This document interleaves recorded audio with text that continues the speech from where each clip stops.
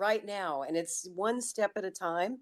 And every day, every single day, all of us are volunteering our time, working our heads off to try and make the 2024 election fair. And, speaking of Obama, since we were talking about Obama, we haven't talked yet about what the Democratic Party's going to do as a backup plan, as it appears that, 70% of Democrats don't want Joe Biden as their nominee. They feel he's too old. They have concerns about his health. And, everyone kind of assumed that Gavin Newsom was waiting in the wings.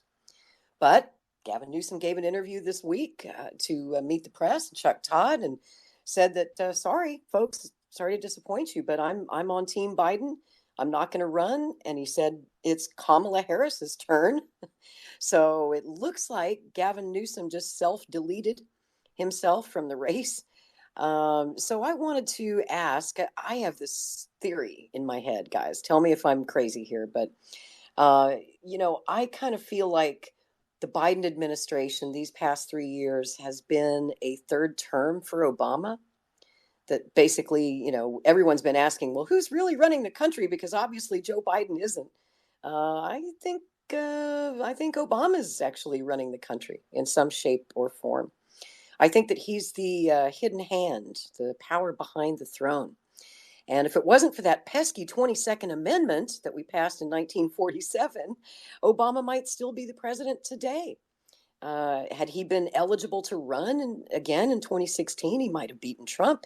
He might still be in power to this day, but the amendment to the Constitution prevents that from happening. So if Obama, let's just say Obama wanted to find a way back in for a third term, a fourth term, he can't do it because of the 22nd Amendment. He's not eligible to run, but hear me out. The 22nd Amendment does not apply to vice presidential candidates. And just as, back in 2008, Obama chose Biden as his vice presidential candidate, nothing would prevent Joe Biden from choosing Barack Obama as his vice presidential candidate. We know that Kamala Harris is extremely unpopular. There's been a lot of talk about dumping her from the ticket and getting a stronger VP candidate to help a sagging President Biden. I believe that if Joe Biden did that, and if he did bring Obama on as his vice presidential candidate, it would probably be his only hope for beating Trump, for winning. Because let's face it, people would be voting for Obama, not for Joe Biden. They would only vote for Joe Biden because Obama would be on the ticket, the old team together again kind of thing. And then if they won, let's say that Biden dies in office or resigns, or they give him the 25th Amendment treatment and get him out of there, boom, you got President Obama again. I'm just saying, folks, the 22nd Amendment does not prohibit that. It does not prohibit a former president who is then a vice president from ascending to the presidency if something happens to the president, if you follow my drift here. So anybody have any thoughts on that? Am I crazy to think that? Anybody? Lori, you're not crazy. Christina Tobin here. Thank you. No, I mean, not at all. And whether it is Obama or somebody really not well known, it is very clearly quite slated, almost improbable the probability is almost 100% that it's slated for Biden to win next year. So until and when an independent candidate runs and then a movement, takes historically 2 to 3% of the population to come around an idea that has a long-term solution direction. Until and when that comes, it will prove, and I am all for overcoming what is seemingly impossible, like Nader in 2008 and doing the ballot drive. That was one of the most strenuous tasks probably to this day was and has been that I've ever taken in my life and undertaken. So it is definitely a possibility, but I think it is very clearly slated for Biden, no matter what decision they make as a VP decide. But I want to spin it towards the positive of that. The fact that Tulsi Gabbard left the Democratic Party last October pretty amazing. I mean, and the possibility of Kennedy doing that in the last 48 hours for the first time in communicating with him for the last year, because he was our keynote speaker, Bobby Kennedy, at our 7th, I think, annual United We Stand Festival last year in Texas during South by Southwest. And to have a ticket like Kennedy and potentially a VP running mate like Tulsi Gabbard, I think could really pave the way for something even bigger than that race and really ignite a movement and inspire the over 100 people running for president, the cycle to run for Congress and many more in 2026. So it's definitely, I think what you're saying is very, very much a possibility. But at the same time, I think it is slated. We can see what's happening with the primary for the Democrats to win. Now, if Kennedy wanted to run as an independent and or Tulsi Gabbard, I have submitted a requested bid to both platforms. And these are the only two candidates at this point that I would pretty much my entire life for a year would be devoted to, aside from doing the presidential debate series and so on. But it takes over 800,000 signatures to get on the ballot as an independent. It's under 50,000 as a Democrat or Republican. That's 800,000 signatures. And the first deadline, I'm looking at it right now, Ballot Access News would be in Utah. Unconstitutional, January 6th. Richard Winger, election law expert, says Utah entry is not a typo and its deadline is clearly unconstitutional, January 6th. So it would need to be announced before then. If anyone were to run as an independent for president, it would be in their best interest to announce yesterday, really, because there are quite a few states that you can start gathering signatures in. And so it is a huge task with a lot of challenges. I've done it once. There's no one else that has, that's in the industry that has historically ever gotten an independent on the ballot in 45 states plus DC. And this one would be for 50 states plus DC. I'm willing to do it. And it is very clear to me for the first time since I've known Kennedy in the campaign, this is the first time he has not said no to me as running as an independent in the last 48 hours, which is for me promising. So I'm a very optimist. I'm a realist, and I am hopeful that with him potentially running as an independent and Tulsi Gabbard, she has her book tour in January, but jumping on as the VP would be a very powerful ticket. Of course, I welcome more voices and more choices for all party lines and all ideas, but here for Equal Elections, I really loved everything, Caleb, you had to say. Completely resonated. Definitely down to work with you and collab more closely. We worked with a lot of different organizations like Fair Vote for a decade and Represent Us and Rock the Vote and Headcount, and even companies like Ben and Jerry's and David Bronner, Bronner Soaps, and so many more, Nature's Path. Just conscious, not just amazing organizations and ideas. And I love the completely nonpartisan take you have there, Caleb. And that's where we come at with Free and Equal Elections. The name comes from Article 1, Section 3 of the Illinois Constitution, which I saw one day doing ballot access out there. All elections shall be free and equal. So it has been slated clearly for Obama once, Lori, as I mentioned, seeing within the Chicago Board of Elections, all the competitors knocked off the ballot. When Obama was a nobody, I'm like, this guy's going to run for president. His ties to Obama and the Democratic House Majority Leader Michael Madigan at that time. So it wouldn't surprise me if that's something that they would do. And I think that's quite a innovative, not innovative. That's a very realistic thought. And I mean, yeah, if I was, some high-paid Democratic Party strategist and I was advising Biden, that's exactly what I would advise him to do. I'd be like, you better get Barack Obama on your ticket because you're going to lose if you don't. And it makes me wonder, folks, when I saw Tucker Carlson do an interview this week with Larry Sinclair, right? The guy who claims that he had a brief sexual relationship with Obama several years ago. That's such an old story. I remember it during the 2008 campaign, and it was largely ignored by the media. But now it seems to be coming up again. And I wondered why such a big broadcaster like Tucker would suddenly decide that this guy is newsworthy and give him a platform and let him come out and give him an hour to tell his story again. And of course, you've seen it go viral all across social media this week. And I wondered when I saw that, what was Tucker thinking? Does he also sense that Obama is about to reemerge? And was he trying to maybe blunt the impact a bit of another potential run for Barack Obama, this time as the vice presidential candidate for Joe Biden? Certainly, it's the only way that Obama can legally ever get back into power and occupy the White House again. And I think the writing is on the wall with Joe Biden's age and his health and and his obviously declining mental state. I think a lot of Democrats still love Barack Obama.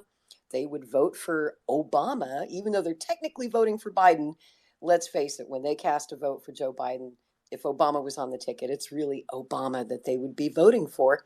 A lot of Democrats want him back, and that pesky 22nd Amendment just keeps getting in the way. So I wanted to read to you the letter that Kennedy 24 campaign manager Dennis Kucinich wrote to Jamie Harrison, DNC chair, this week. And just so you can hear for yourself what the Kennedy campaign had to say about this proposed rule change. It says, "Dear Mr. Harrison, I noted with great interest the appearance of President Biden's campaign manager, Julie Chavez Rodriguez, at the Rules and Bylaws Committee meeting of July 28, 2023. I am respectfully requesting the same privilege to address the committee and answer any questions or concerns they may have related to the candidacy of Robert F. Kennedy Jr. This campaign is requesting full transparency in all matters relating to the nomination process and delegate selection operations. Additionally," he says, "Mr. Kennedy and I are requesting a private conference at your earliest convenience, in person." They're not even going to do this over Zoom. He wants to do it in person.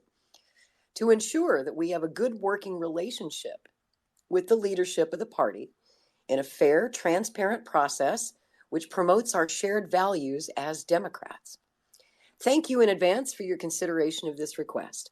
We would like to participate in the September 14th, 2023 meeting of the committee, and we make ourselves available to meet in conference before that time.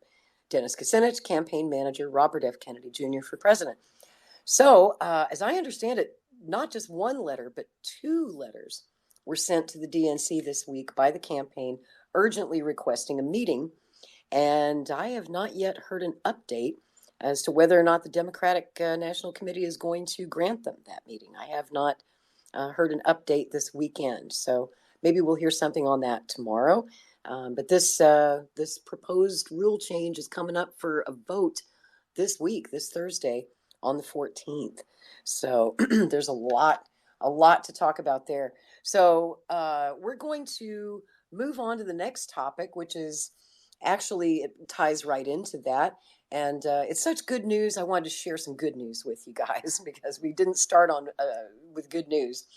But there was a major win in court on Friday. A federal appeals court ruled that the Biden administration overstepped the First Amendment by urging the major social media platforms to remove what they called misleading or false content about the COVID-19 pandemic.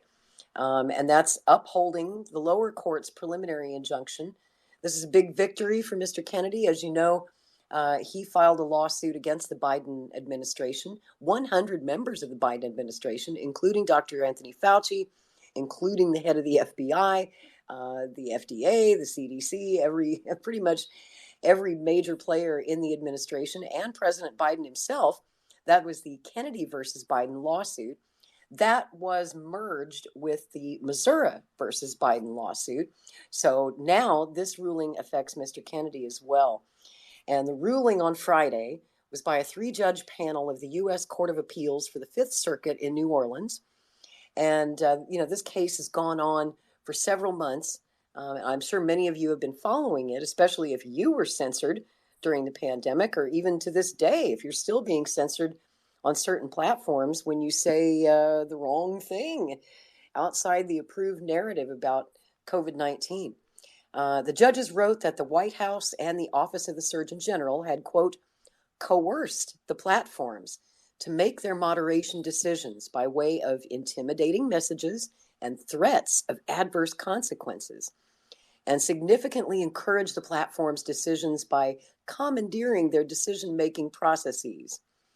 The appellate court also found that the Federal Bureau of Investigation, the FBI, had used coercion in its interactions with the companies.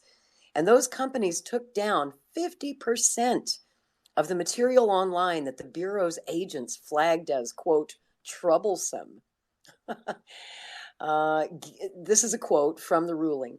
Given the record before us, we cannot say that the FBI's messages were plainly threatening in tone or manner, the judges wrote. Nevertheless, we do find the FBI's requests came with the backing of clear authority over the platforms.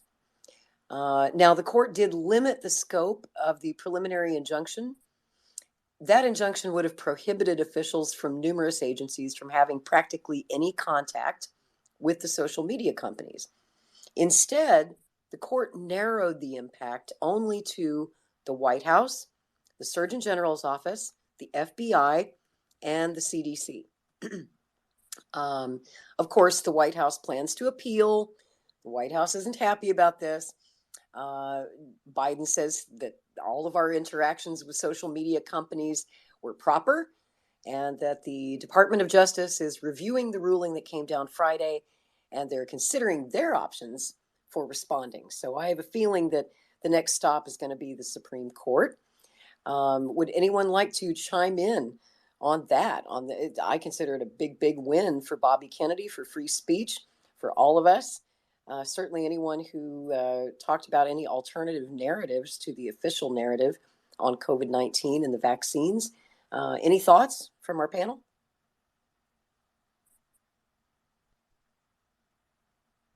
Nick, would you like to jump in on that one? Sorry, Laura, I did miss part of what you said, but I do think that Bobby Kennedy's absolute, like how dogged he's been in pursuing the administration for the censorship. And this is kind of funny because when I was working on Democratic campaigns with Terry McAuliffe, I actually know some of the people who are probably named in the lawsuit because they were working on the McAuliffe campaign and went on to the Biden White House, like the Biden White House's digital director. And I've had tremendous respect and appreciation for Bobby Kennedy actually being the one that has pursued these big tech companies and the government agencies, for doing this. And this kind of gets to this debate, another debate, that I know has taken place, big debate that's taken place this week, with the conversation between Jimmy Dore and Cornel West. About whether the Democratic Party or the Republican Party, whether the Democratic Party is the lesser evil, so long been considered the lesser evil, or somehow less authoritarian or less fascist. That was a disagreement that we had as the People's Party, and I myself personally with Cornel West, that he still maintains that position. But this is the perfect example of a policy where the Democratic Party is pushing the boundaries of authoritarianism to new frontiers, where the censorship that they have systematized, with the process whereby there's even the development of portals, exposed to it, the Twitter files releases from Taibbi and others. There are government portals between portal and big tech where they instruct them to remove certain things. It's such a clear violation of freedom of speech, of the First Amendment. And I just hope that there is some kind of penalty for this. There should be prison time for doing this and for having systematized it to this level. Of course, the Democratic Party, also the ones during the Obama administration. Obama extrajudicially assassinated American citizens with drones. Obama legalized indefinite detention of American citizens. It was Obama, of course, during the Obama administration that we found out from Edward Snowden about the mass surveillance apparatus that had been constructed, where everything you say or do online, your search history, everywhere you go, your location history, all of that is stored in this massive facility in Utah and analyzed by intelligence agencies. This is the party we're being told is somehow the lesser evil. this party is at the forefront of expanding authoritarianism in this country. That's not even to talk about what the Biden administration did with vaccine mandates. So I'm very happy. And this is the kind of zeal that I hope that Bobby Kennedy would bring to an administration in going after the people in government who have been doing this, in the intelligence agencies that have been doing this. Because I remember, as Glenn Greenwald put it, when Biden won the presidency, he said that the new ruling coalition in the United States is the Democrat Party, Silicon Valley, big tech, the intelligence agencies, and Wall Street. That's the new ruling coalition. And I think it couldn't be more true. And so, and he has a great quote too, where the people who are doing the censoring have never been on the right side of history. Absolutely. The first thing that any authoritarian regime is going to come for is your ability to dissent from it. And so taking a strong stand against that and pursuing it and making sure that there are consequences for that is how we're going to actually dismantle that entire censorship apparatus that has emerged between this fusing of big tech and the intelligence agencies and government. Absolutely. And one of the lawyers involved in the case, Janet Yuns with the New Civil Liberties Alliance, they're representing some of the individual plaintiffs in this case. They called this decision on Friday a major, unprecedented victory. They said, and I think they're right, that this might be the most significant First Amendment case in the internet age. And it's a crucial outcome for the flourishing of free speech in an era when social media has become the modern public square. And I was curious if Caleb would like to weigh in. You have any thoughts on that, Caleb? Well, just to reiterate, what I said in my opening, comments, that they are trying to crack down on the right to protest at the same time. I would think that nationalizing big tech at this point would just be common sense because at this point, I mean, there are no competitors with Facebook. There are no competitors with Twitter. There's no competitors with Instagram. And I think nationalizing them as utilities, making them utilities or just making them full on public property would be necessary because, I mean, when a corporation has that much influence over discourse and such, it is a monopoly. And it's a private corporation. It's going to act in its own interest. I mean, if you read the U.S. Constitution, the founding fathers of the United States, they were obviously not socialists or advocates of a government-run economy, but they stipulated that the federal government must run the post office. And it had to be a government institution because if the post office was run by a private company, it might offer better service to one region of the country than to another, or to one company over another based on their interests. And there was a feeling that in order to facilitate the market, you needed to have a post office that was independent of the market, that was state run.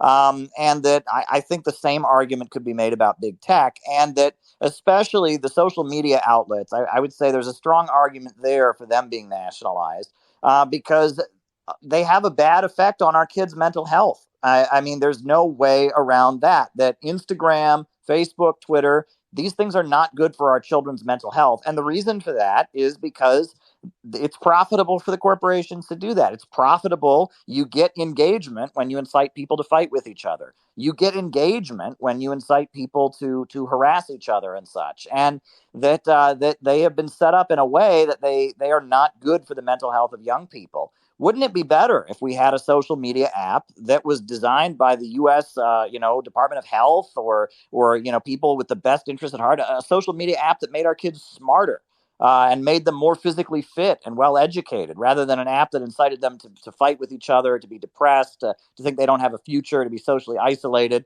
I can see so many arguments for why in this day and age, social media, the big tech companies need to become public property. They need to be operated in a way that's for the benefit of the whole community. And so I think, when RFK reveals, at this point, we have government agencies that are basically running them already. So why shouldn't they become public property at that point? I mean, if the government is telling them what to do and facilitating them, arranging for them to go viral, and I mean the government, and there's a whole conversation there. I won't get into it now, but I mean the U.S. government created Silicon Valley. The market didn't, right? Brzezinski wrote his book about the technotronic era. They knew they could beat the Soviet Union because they had more money to invest, and so the NSA and the FBI and the CIA, they poured all their money into Southern California, and they created Silicon Valley.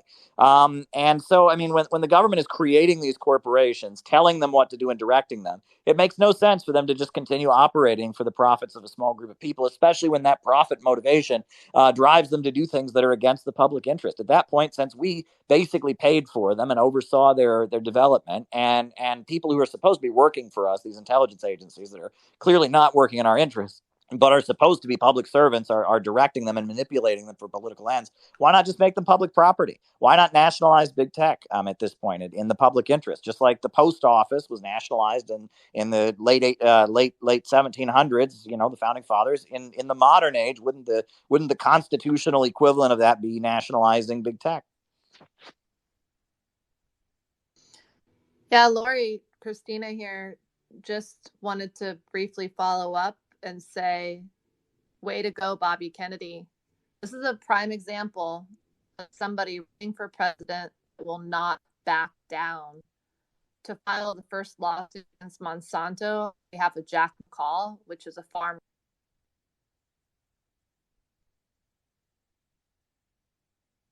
Monsanto, for Kennedy to take on what everybody said. He paved the way. The Hudson River, as it water keepers, keeping the water clean. The real Fauci, the first time I met Bobby was at his home. Maybe I'll have a watercolor made of it one day.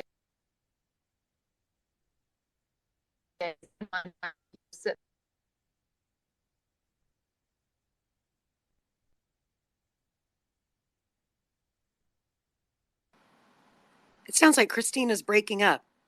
I can't hear you. Can you hear me, Christina?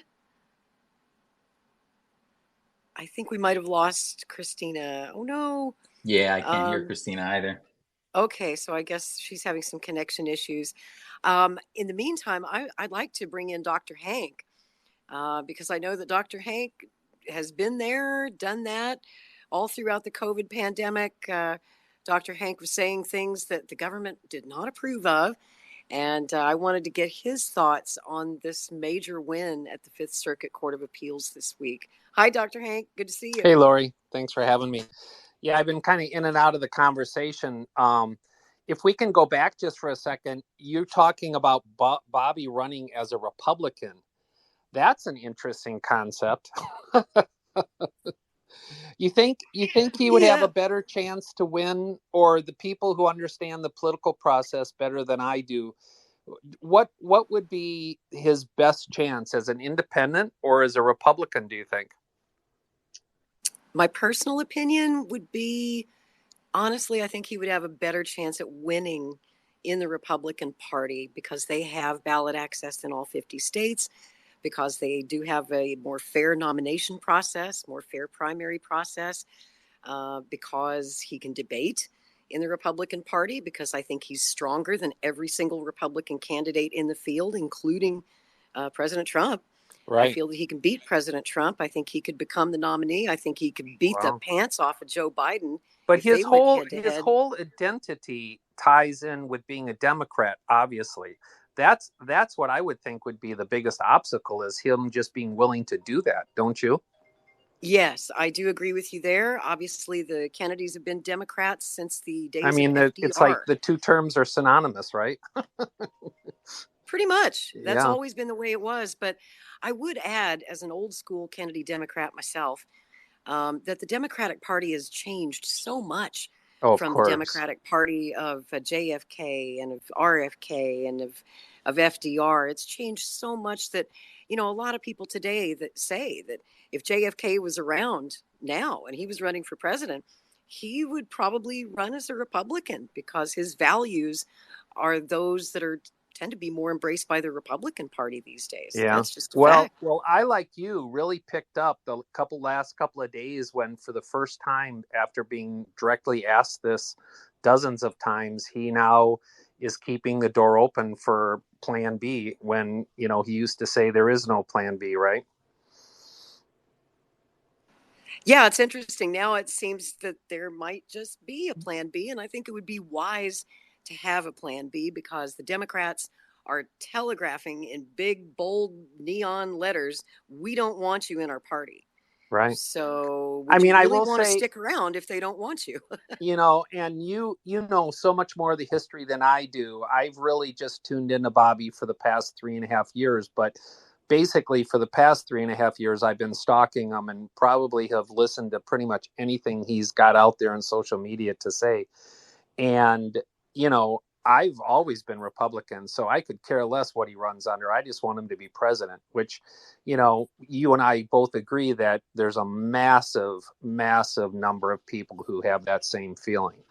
And it seems to be more the strategy and the mechanics, how to make it happen. Yeah, I tend to look at this more strategically. Obviously, I know the obstacles that he would face if he was independent or third party. It's a much, much harder road to the White House. I'm not saying it can't be done. I'm just saying it's the road less traveled. It's the road less financed. It's harder to get that ballot access, almost impossible to get on the debate stage. These are the realities. As much as I would love to see him run independent, I've also been around politics all my life, and I know how this game is played. And it seems to me that the Republican Party has the money, the apparatus, the organization, the ballot access, the debate stage access, and everything that he would need to succeed.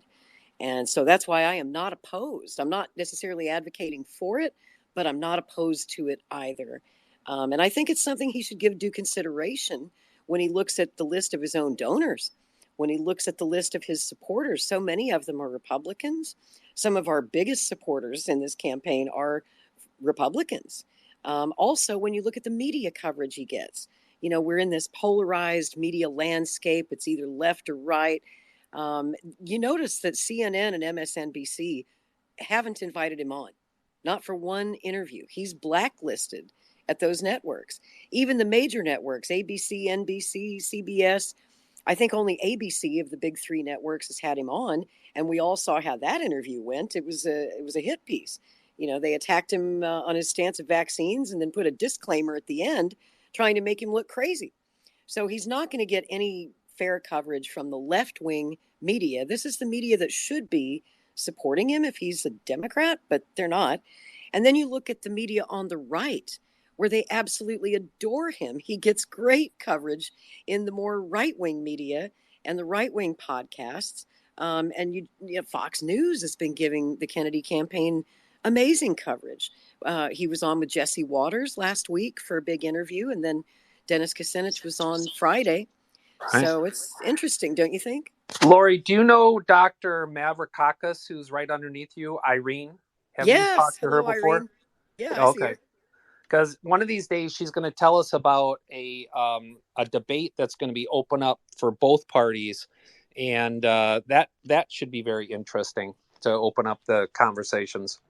We were just talking about that, and I sent Irene a speaker's invite. I noticed that Christina popped out for a bit, so I wanted to have Irene on here to talk a little bit more about the free and equal debates that we're planning for December, and bring you up to speed on that. Oh, so you're aware of those. So that's what we're calling them, the free and equal debates?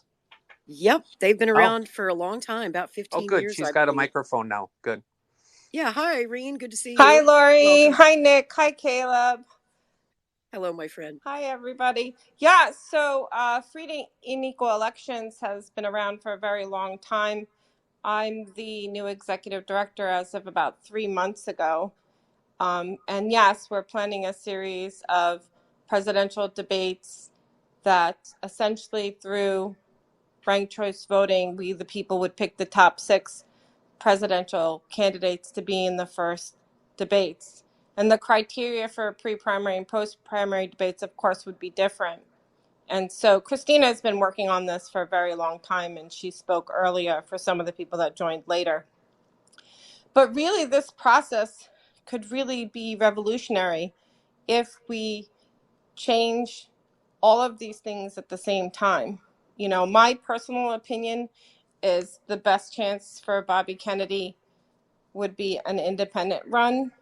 And although I'm an advisor to a Libertarian presidential candidate, Mike Termat, who also speaks about similar issues that Bobby Kennedy talks about, and we have a medical freedom platform, I'm a huge fan of Bobby Kennedy and would be happy with either one of them being president.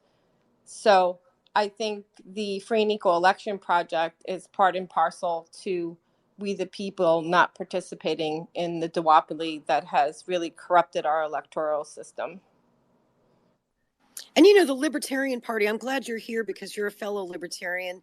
And I also just sent a speaker's invite to my friends at the Oregon Libertarian Party. I see that they're here. I did want to solicit the opinions and the advice of the Libertarians. I also sent an invitation to Angela McCardle, National Chair of the Libertarian Party. I hope she'll pop into this space because, of course, I have a bias. Obviously, I've been a Libertarian for 27 years. Nothing would make me happier than to see Bobby run with my party, the Libertarian Party. But, I also understand that we are a smaller third party, or actually the largest third party in the United States. We do have ballot access in all 50 states. We've been around for 50 years or more, since 1972. It really is a great party, and we need a great candidate. We do have a field this year of some interesting candidates that are starting to get into the race. Many of them I would support if Bobby Kennedy wasn't in the race. But I think he'd be a good fit for the Libertarian Party. And I wanted to ask my fellow Libertarians out there if anybody else would like to speak, if you think that Bobby Kennedy would be a good fit for the Libertarian Party ideologically, from a practical standpoint. Would the Libertarians embrace a Democrat? These are the questions that I have, and very curious to hear what any of my fellow Libertarians think. Irene, you have any thoughts on that? So, of course, I can speak to this on my own opinion as a Libertarian. A lot of what he says, particularly when he talks about the regulatory capture issues in the public health sector, and the whole detail by which he goes into the corruption of the pharmaceutical industry, is very libertarian leaning. And I was listening to you guys talk about super delegates in the Democrat and Republican Party, and I learned a lot, and I was also learning a lot as to what they're trying to do in the last few days with these extra super delegates, per se. The Libertarian Party chooses their candidate at the convention, which we'll have in May, and delegates from each state will cast their ballot for who they want to nominate. And president and vice president are not necessarily or even particularly tied together.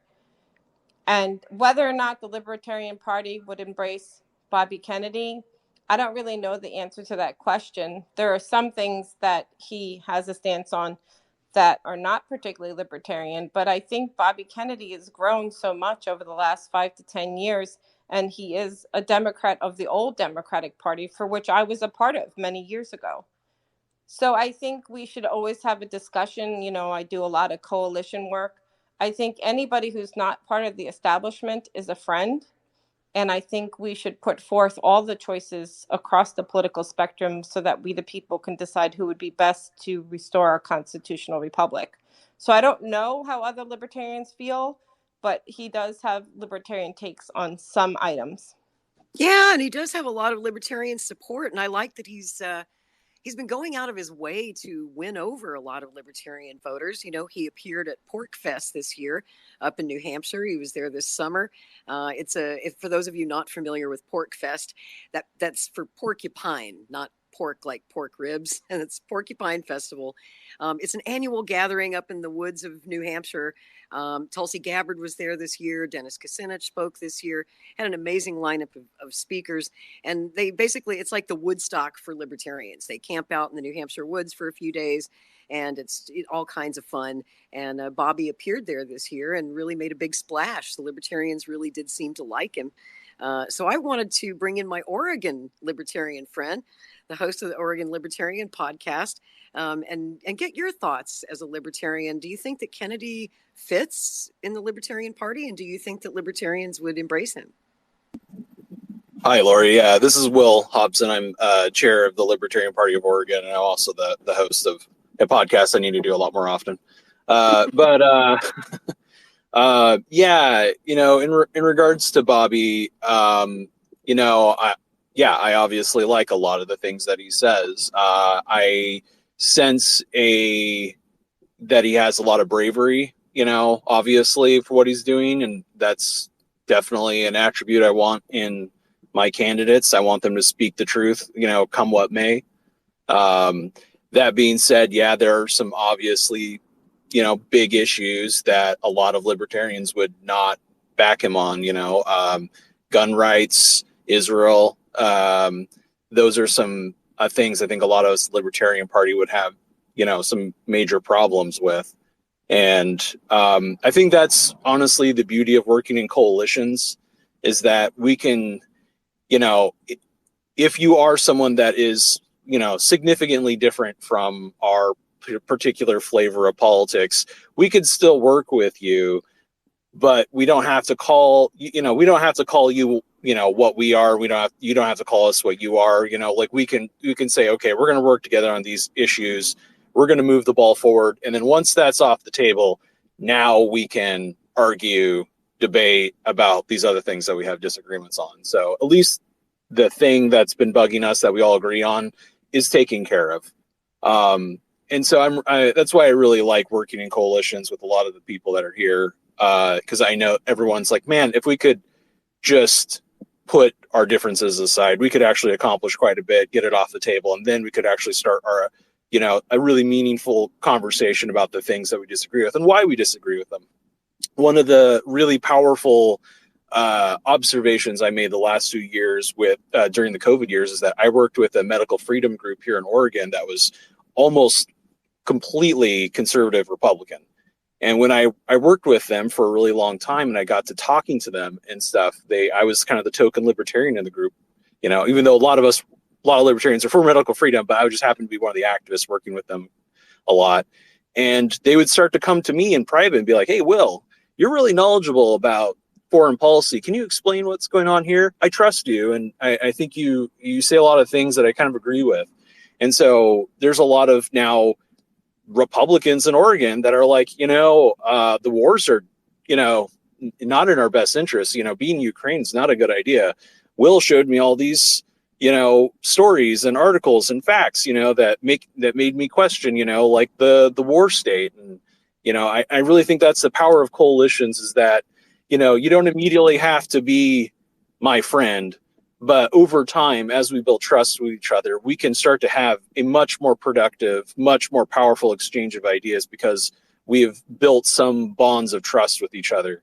And now we can actually talk without it being, like, oh, you're just trying to destroy me and my group. I don't have to listen to anything you have to say. So in that regard, though, I really like Bobby Kennedy on the things that I agree with him with.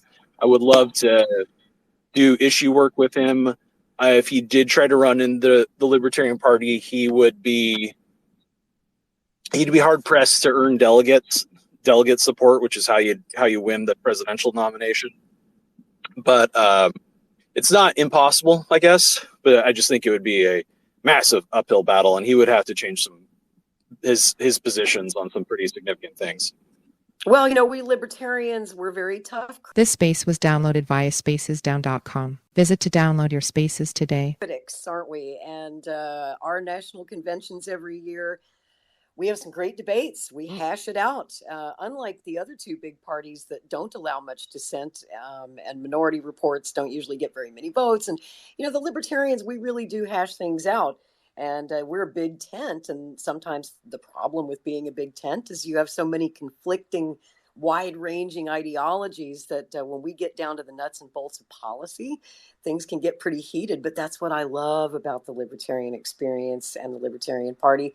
We are tolerant, but we also have really spirited debates about the issues. And I wanted to also solicit some thoughts from Mike Kelly, who's got his hands up. He's also a libertarian here, and I wanted to get Mike's thoughts on this. If you unmute your mic and say hello, Mike. How are you doing tonight?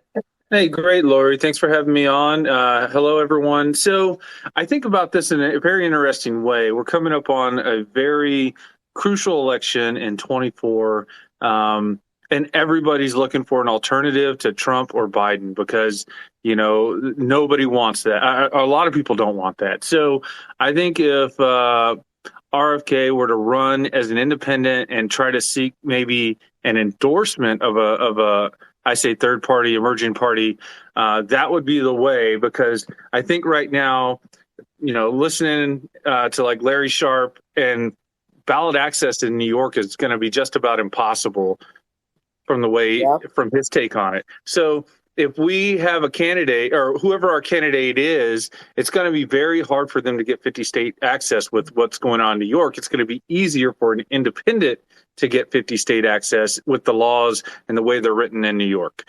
So an independent may, you know, be one of the only ways in 24 that someone outside the duopoly can get 50 state ballot access. And maybe if we did endorse him, we could have the VP, our VP, be his, you know, with him. I don't know, but that's an interesting idea. I kind of like that. And I think that would be a way forward, because there is a scenario where the Republican candidate, if it's Trump, doesn't have 50 state ballot access either.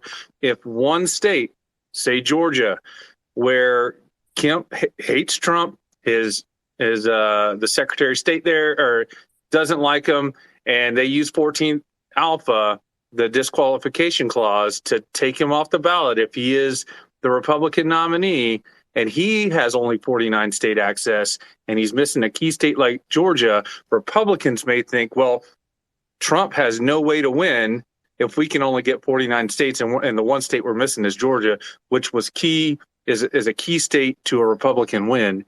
And if you have an independent that has 50 state access and a known name like RFK, that could be a recipe for success. For one, he could pull from both sides of the aisle, from the Dem and Pub population, and then he would definitely pull moderates. And if he had third party, like a third party, maybe two, endorsing him as well, that could be a recipe to win. Yeah, it sure could. And, you know, I think I want to see if there's any other libertarians who'd like to speak. Just while we're on the topic of libertarians, I see my friend Ron Well is here, who is a longtime Ron Paul supporter, has become a friend of mine, strongly supports Kennedy, and is looking to become a delegate so that he can be a delegate for Kennedy, presumably at the Democratic Party National Convention next year, assuming that Bobby is in fact still running as a Democrat at that time. But hey, Ronwell, why don't you unmute your mic and say hello? Good to see you here. Hello there, everyone. I just came back from DNC delegate training thing. I personally, I love to see Bobby Kennedy run as a independent first. My second choice is the Libertarian Party, which I'm a Ron Paul social libertarian or something like that. And then if Bobby stays as a Democrat, I'll just hold my nose and then because Bobby needs like a loyal delegates to the convention, so I will be there for him. Although I personally prefer for him to see him run as an independent or libertarian. So I already have my plan of having my own revolution called Bobby Pride Revolutions or something like that. It's basically like there was this child star who I liked, so I plan to donate for the third time. But this time it has to be for my important journey. So basically, yeah. I love that. And I love that you're going to be a delegate. Oops, we got a strange echo going on there. I'm going to mute your mic, Ronwell, because when I talk, I hear my voice coming back at me in some sort of weird echo. I did want to talk about something else tonight because I'm about to open the floor to anybody and everybody who wants to ask a question or make a comment. But something I'd like to ask anyone out there who is participating in the National Day of Service and Remembrance tomorrow or all this weekend to remember 9/11. You know, tomorrow is 9/11. And Robert Kennedy has put out a call to action to all of his supporters. And he's asking us to organize or to just participate in some sort of service project in our local communities to answer President Kennedy's call to do something for our country. And we are asking our volunteers to organize these events all weekend, started on Friday and today and then tomorrow. Bobby is out there participating in these events. Did one in South Carolina tonight. He'll be in New Hampshire all weekend. Tomorrow in Walpole, New Hampshire. And then on the 13th, he'll be in Rye, New Hampshire. And it's not too late, you know, if you want to do something tomorrow, even if you don't organize an event, there might not be time to do that. But you could go volunteer at your local homeless shelter for a few hours or a food bank or do something nice for your elderly neighbor. Some act of service, some act of love for the country and for the people. That's up to you. You know best what your community needs. You and your neighbors, you know what they need. So give them a hand if you're in a position to. You could help fix up a school. You could help repair a neighbor's home who can't afford repairs. Help someone in need. You could take part. We're doing a lot of environmental cleanups across the country at local parks, at waterways, at historic sites. And as a matter of fact, you can find an event near you if you're looking for something to do tomorrow. If you want to get involved, give a few hours of volunteer service to your country. You can go to kennedy24.com/September 11th Day of Service. I also posted the link here at the top of this Twitter space. If you go to the Nest up at the top, you'll see some pinned tweets.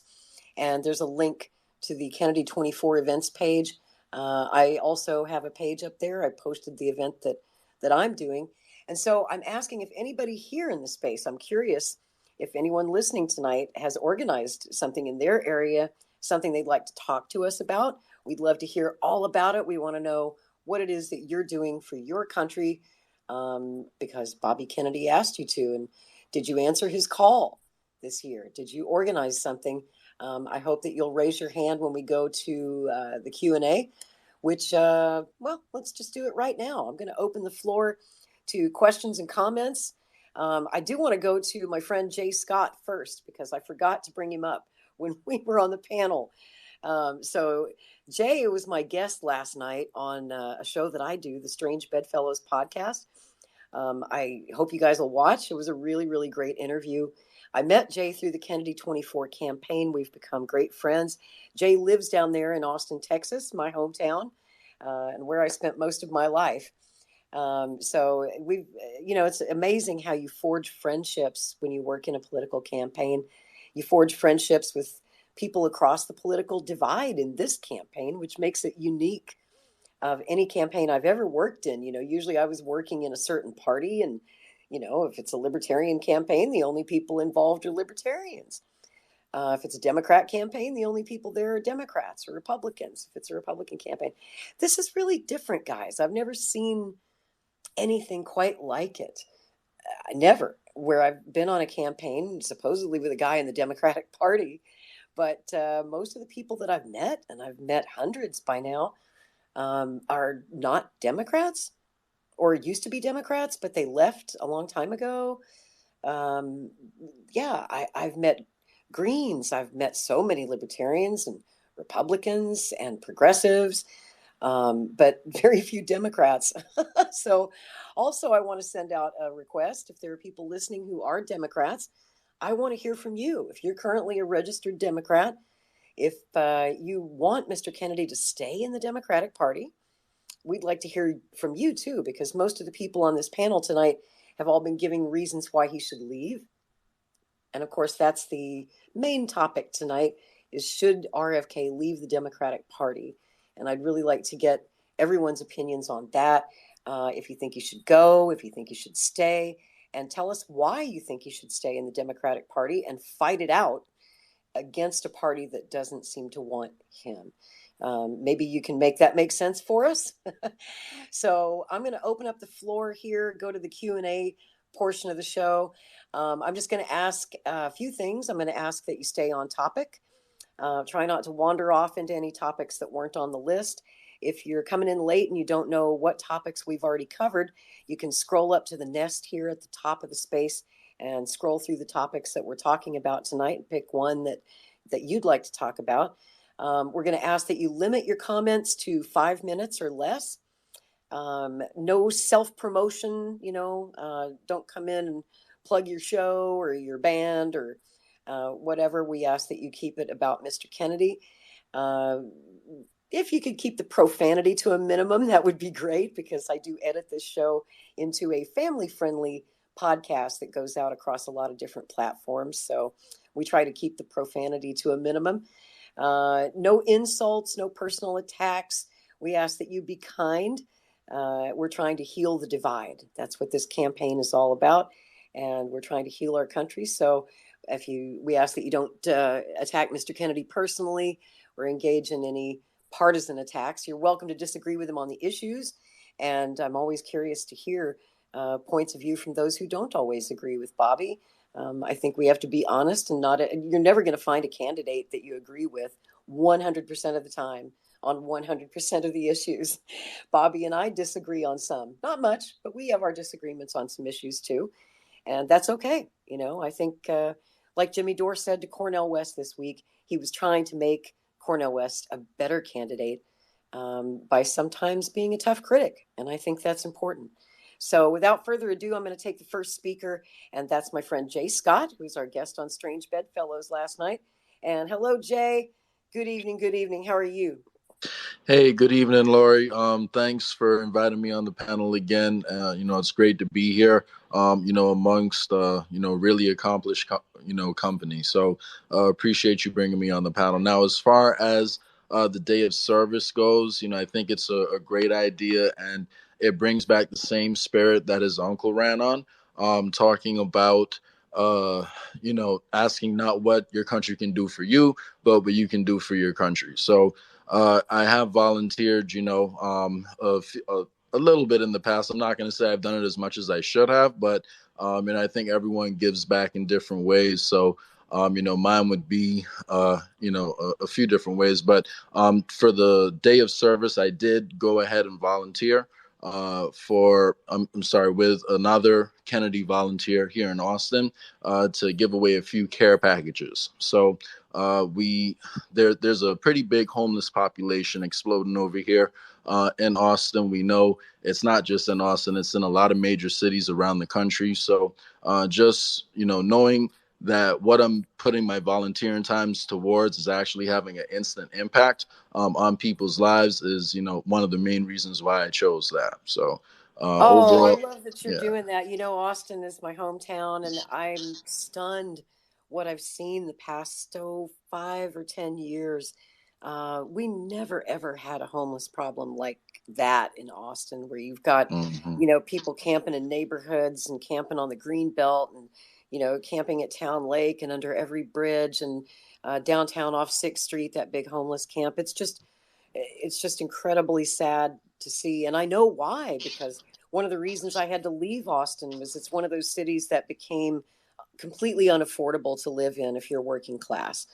Austin has become like Silicon Valley type expensive. It's the most expensive city in Texas to live in. The rents are out of control. And of course, when you have that, when housing's unaffordable, you're going to have a homeless explosion. And I call them Bidenvilles. You heard of Hoovervilles back during the Great Depression, right? People living in tent cities, and they called them Hoovervilles after President Hoover. I call them Bidenvilles because, yes, we had them under President Trump. We had them under President Obama, but not like this. Not like this. Yeah, no, you're right. The homeless population and is growing, and as far as the rent prices go, it's actually cheaper than where I'm coming from, because I'm one of the transplants that just moved to Texas, but in some of the major cities, it's even more expensive than it is over here in Austin. So yes, you're right, and that's why I hope whoever wins starts to try to address the housing problem a little bit. But I was going to say, for someone running, third party and independent, which, it's looking more and more like Kennedy will take that route. I'm hoping they do also bring up ranked choice voting as an issue. I know there's a few different things happening at the same time, and that could, complicate the picture. But ranked choice voting would be an institutional change that could really give third party candidates and independent candidates a more consistent chance at the state and local levels too. And I feel like it actually gives the everyday person a greater reason to kind of stay engaged in local politics, because they'll feel like it's not just the spoiler effect.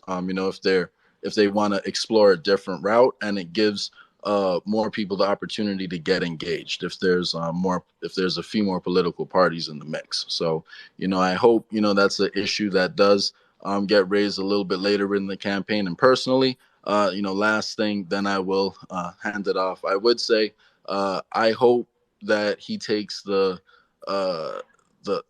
I didn't know about the ballot access before like this conversation, so I do need to do a little bit more research on that. But if he does go with the third party, I do think Nick Brana and the People's Party does present like a good chance at unifying the country, because again, he's someone who focuses on unifying people on both the left and the right. And I think that same spirit and building with a party that has that goal of a populist message at the forefront, I think that could be a powerful, lasting movement that endures beyond one election. Because we also have to think, if RFK runs outside of the Democratic Party and the Democratic Party continues on the same path it's on right now, it's still a monster we're going to have to deal with eventually. So I think getting a strong third party going, bringing in ranked choice voting, it presents a good chance to build even a coalition. So who knows how that could work out. But well, I'm sure that Nick Brana is very happy to hear you say that. Nick, would you like to respond? Sounds like Jay really likes your party. Well, thank you, Jay. No, I mean, it would be amazing, because I think we share what you just said with Kennedy, and that is a desire to bring people together from across the political spectrum, left and right, because we're at this point in our country's history where what we have in common with each other, whether you say you're on the left or the right or wherever you think yourself in the center politically, what we have in common with each other is so much greater than what any of us have in common with any of these oligarchs and billionaires and tech giants or deep state actors who are running our lives. And I think it's that fundamental interest that can bring us together. And I think Will was getting to this too. Just coming together around that to do what we agree on can really be the start of a path forward for this country. And part of what has given me such a great conviction about that is the fact that my family comes from a country that was basically where the government was overthrown in a CIA coup from Chile. And a military dictatorship was installed for 17 years under General Augusto Pinochet. It was a brutal dictatorship. 30,000 people were murdered or disappeared. And the way that finally came to an end, that dictatorship, was that 17 different political parties from across the political spectrum all came together and around this one campaign to restore democracy in the country. And the Pinochet regime was forced to kind of allow them a plebiscite, a referendum on this topic. And the referendum was completely rigged. They gave them 15 minutes of airtime in the middle of the night, and it Wow. was just total bullshit. But the power of all of those groups having come together, with despite all of their differences, to make this one demand that we want democracy restored in our country, succeeded. And that's how the dictatorship was brought down. And that's what it's going to take, I think, to bring it down in the United States, this authoritarian, metastasizing regime that we have, this duopoly that we have. So that's one of the things that, I'm glad that that's coming across, Jay, to you and to others. That's what we've sought to do with Rage Against the War Machine. I think somebody mentioned it earlier. We are going to be doing another Rage Against the War Machine early next year.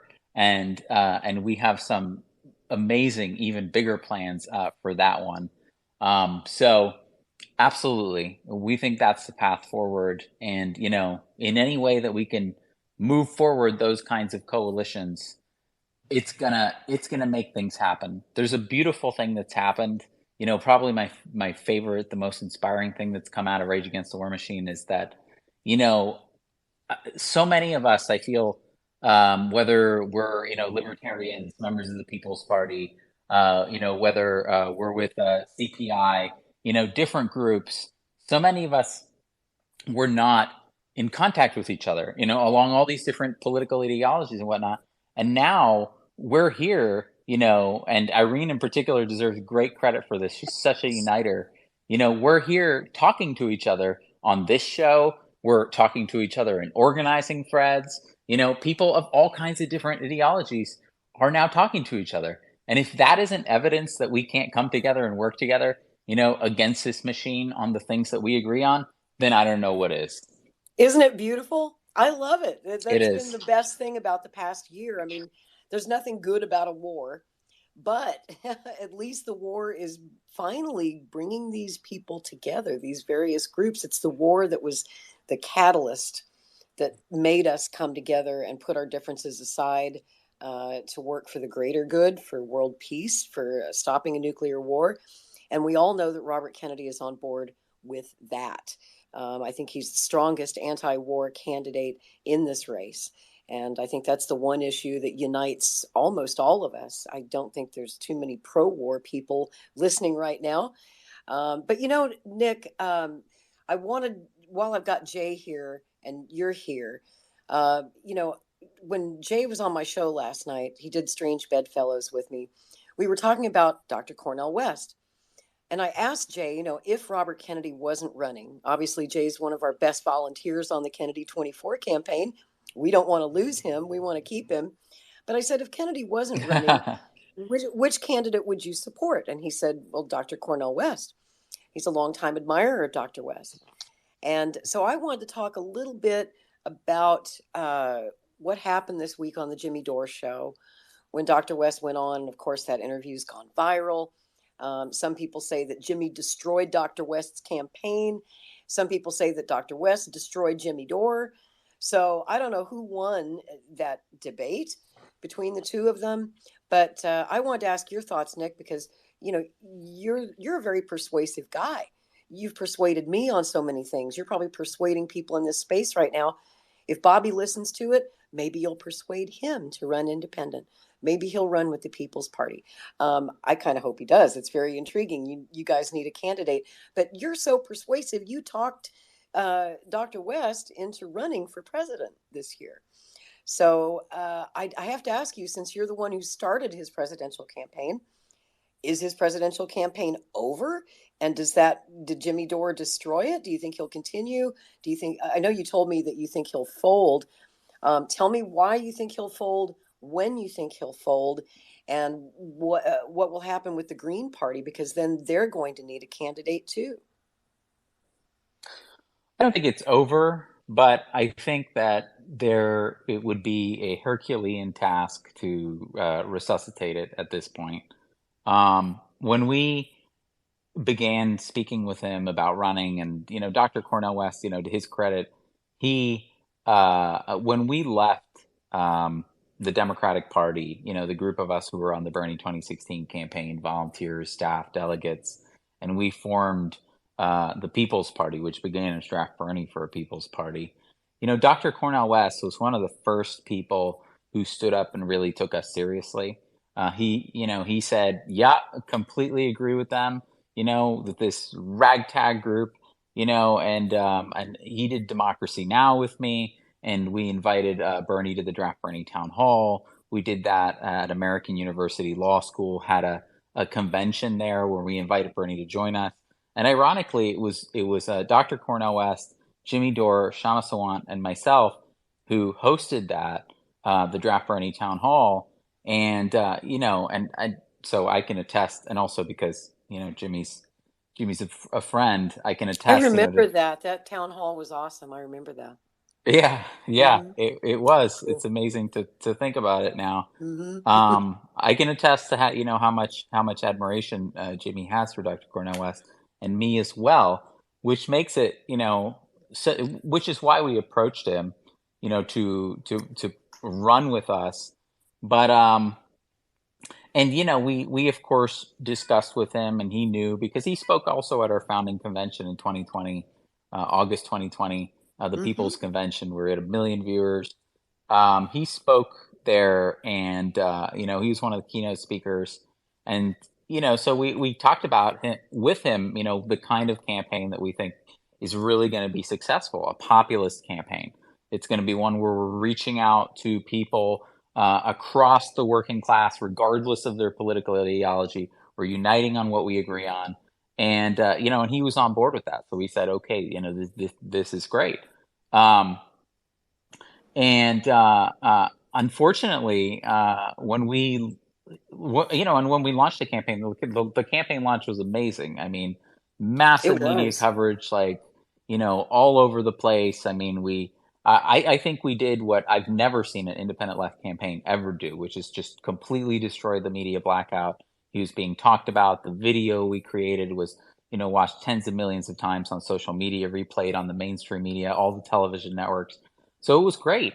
And there was this kind of magical moment there where he even was going on conservative shows like Fox News with Laura Ingraham.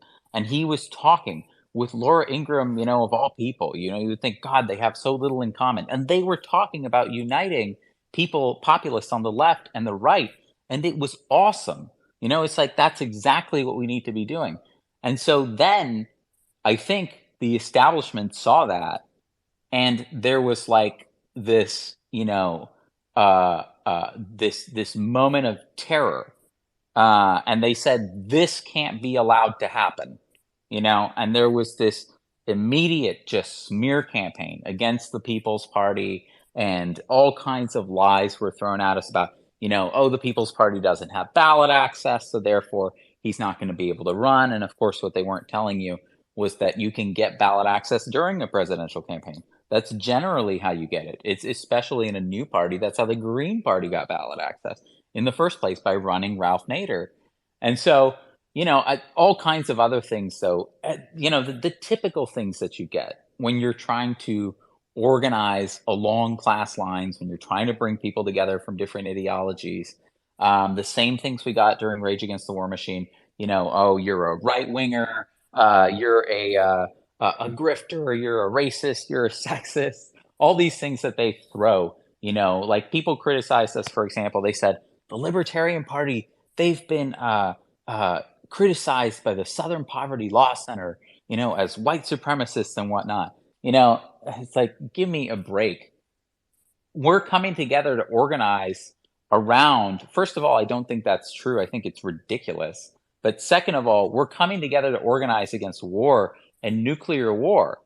And you can't set aside whatever ridiculous virtue signal, purity test, cancel culture obsession you have, to be able to even organize against a nuclear war. I can't think of an issue that should be more unifying than mutually assured destruction.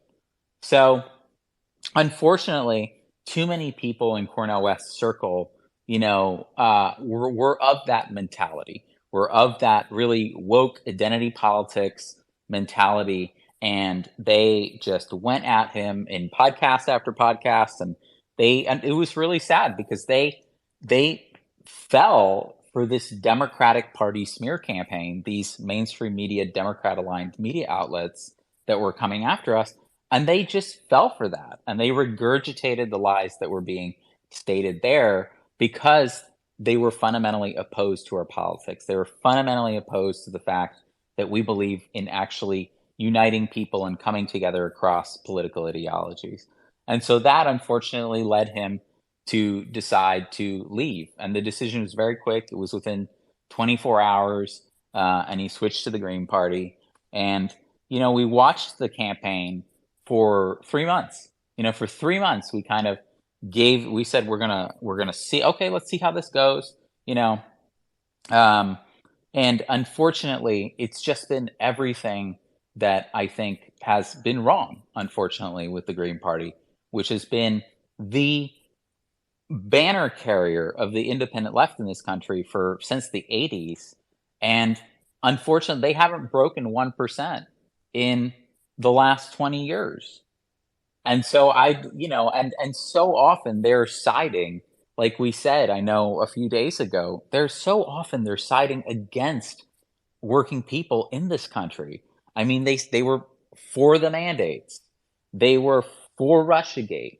They were for the war in Ukraine they were for the wars when they ran Howie Hawkins, their candidate before then. So as Kim Iverson said when she covered this, they're really a party that doesn't seem to know what it believes and what it stands for, and it's all over the place, and it's siding with these kind of identity politics, time after time. And if there is going to be a party that comes around, speaking as someone who comes from the left, if there is going to be a party that comes around that is able to unify people from across different political ideologies, it's going to focus on these issues that we all hold in common. It's going to focus on war. It's going to focus on wages. It's going to focus on healthcare, rent. It's going to focus on these daily stressors that we all feel at all times. And that's just not what the Green Party, unfortunately, does. So it was very sad because we felt like it was this big opportunity to really kind of reinvent, the left and this populist kind of movement in the United States in a way that is a lot more viable. But, you know what? At any other time in our history, Nick, and you'd probably agree, at any other time in the past, like when I was trying to convince Bobby to run back in 2008, I was, kind of trying to nudge him towards the Green Party. I thought at any other time he would have been the perfect candidate for the Green Party, the best candidate they've had since Ralph Nader, certainly because of his long history of work on the environment. It seems he would be an absolutely perfect fit for the Green Party. And traditionally, his values tend to be more progressive left. But of course, the COVID pandemic in the past 3 years and the Trump era has turned everything on its head. It's like we live in an upside down world now in terms of politics. And the Green Party's gone woke. And it's just like Jimmy Dore said when he talked to Cornel West the other day. He said, it sounds like you've just done a 45-minute commercial for Joe Biden and the Democrats. And I don't think he was wrong. I think he was absolutely right. So even if Cornel's campaign folds, even if he drops out ultimately and the Greens need a different nominee and Bobby might be looking for a party, you'd think the Green Party would be the natural, most obvious place for him to go. And yet, I'm not so sure the Green Party would want him. They seem to disagree on damn near everything except the environment. What do you think, Nick? No, I don't think they would ever embrace him. And I think that's a testament to how sectarian and how siloed they've become, unfortunately. And this isn't to say that everyone in the Green Party is that way. There's a lot of people in the Green Party that disagree with their leadership, but this is the leadership that has kind of entrenched themselves in the Green Party and has driven it in this direction. That is what has, sided with the mandates and the wokeness and all of this and the wars. When we organized Rage Against the War Machine, shout out to Angela McArdle. She definitely, deserves a lot of credit in all of our coalition conversations. I mean, her and me and so many other people worked our asses off. Irene, Will, and other peoples with the Schiller Institute. We worked our asses off to pull that off. And this whole time, what the Green Party was doing? They were having an internal debate for 2 months over whether they even opposed the war in the first place on the Incredible. DNC. Because Wow. half of the on the Green National Committee, because half of the Green National Committee is kind of in the Howie Hawkins faction, where they are like pro Ukraine war, so And they were pro-vaccine mandates too, right? That too. Mask mandates, vaccine mandates, they were for all that, right? That too, exactly. So how can an anti-establishment party be siding with the deep state, with the establishment, with the Democratic Party over and over and over again? Which is part of why we exist. I don't think that the People's Party would have existed or even been created if these issues in the Green Party didn't exist in the first place and weren't so damning, frankly. Exactly. And I would like to get Holden Collada's thoughts on that. He's been with the Forward Party, I think, since it was formed by Andrew Yang. And I think, if Holden can hear me, you can unmute your mic. But I just wanted to ask your thoughts, Holden, on the Forward Party. I asked you the other day privately if you think that Yang might endorse Robert Kennedy, or if the Forward Party might want to court him as their potential nominee, if they're planning to nominate a candidate next year. But I kind of wanted to get your thoughts on that, if you don't mind sharing them. And I think you told me that you recently left the Forward Party, and maybe you'd like to share with us why you left. Yeah, thanks for bringing me up, Lori. This is a fantastic space so far. Thank you to you and Nick for hosting this. It's, first of all, just great. Like, I love what I'm hearing from Nick about, this rage against the war machine coming back. That's fantastic. I think that kind of thing is so missing today, and that's like cuts across all these different party lines. That I'm 22 years old. I've never seen a real anti-war movement in my life. I was too young to remember when Iraq happened and all of that, and then throughout the next few decades of the war on terror, like, I was just always shocked that there was not this really strong opposition to it. That I'm really glad to see that happening, and I'd love to be a part of that. I did step away from the Forward Party last week. I think, I don't think they would be interested in endorsing RFK. Personally, I think I mentioned to you that Andrew Yang donated to Chris Christie before. Did so, what? And that, Why? That happened a couple weeks before I left. So that was part of thinking like, well, maybe I don't I'm blame not you for leaving. What the hell? Yeah, so that was Can one you of make the that things. make sense? Why would Andrew Yang give Chris Christie money?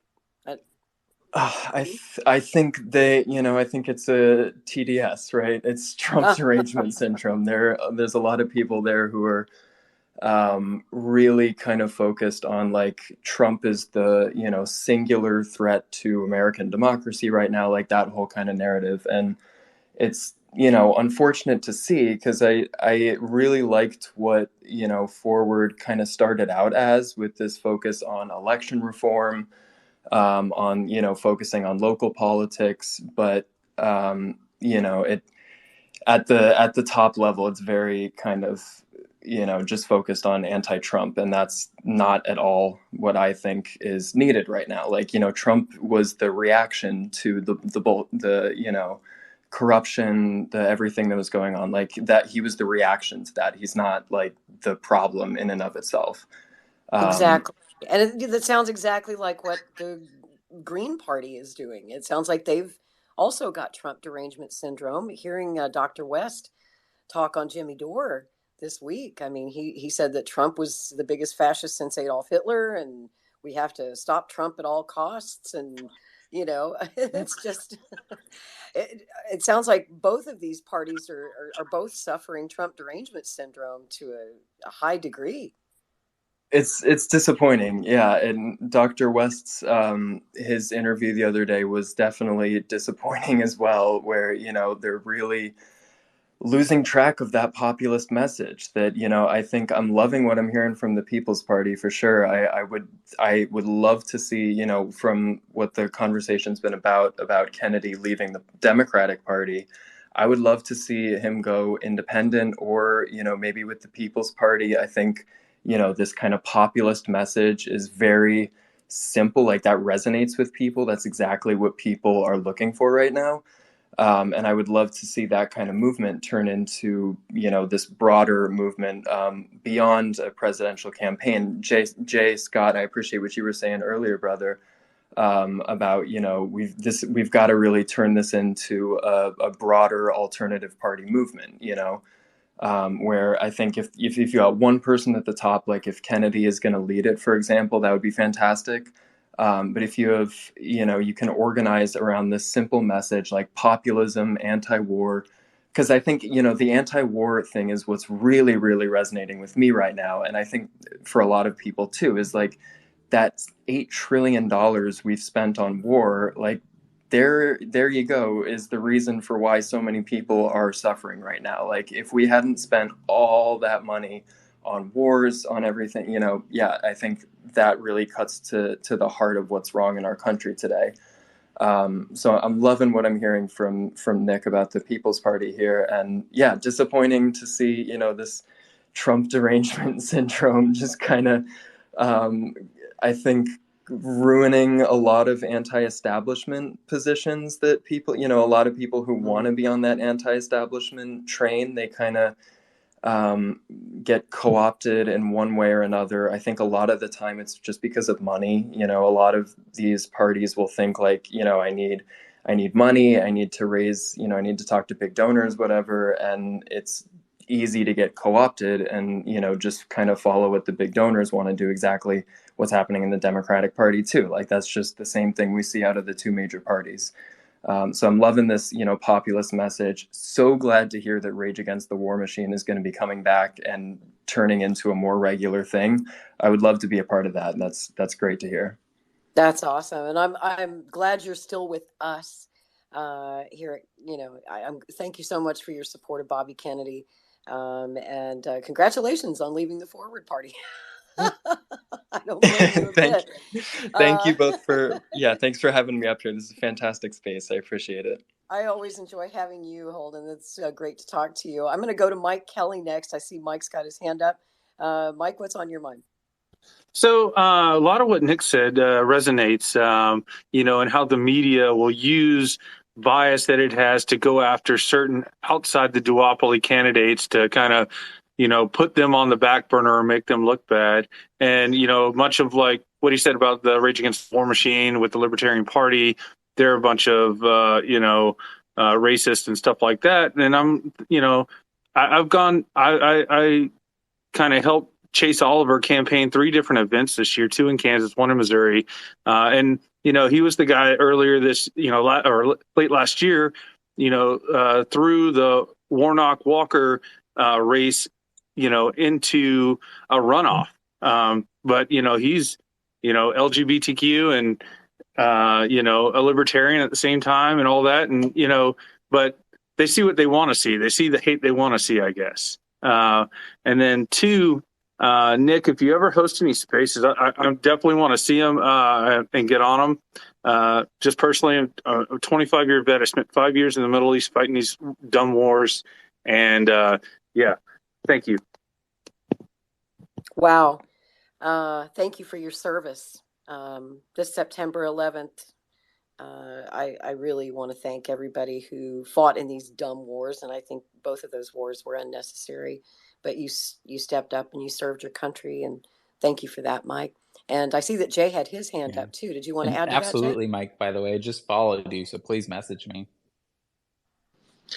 Yeah, thanks for bringing me back up again, Lori. And yeah, appreciate the kind words, Holden. And like you said, it's really all about not focusing on the labels as much as what's socialist, what's capitalist, and who is which ism or ist, and focusing on the solutions, and that's another reason why I think Kennedy is the most effective candidate, because he has solutions that no one else is talking about right now, specifically with his idea for rehab centers. So he's taken a great idea, which almost everyone agrees on, legalizing marijuana, and he's proposed two uses that are clearly identifiable, and that's rehabbing people who have drug problems, as well as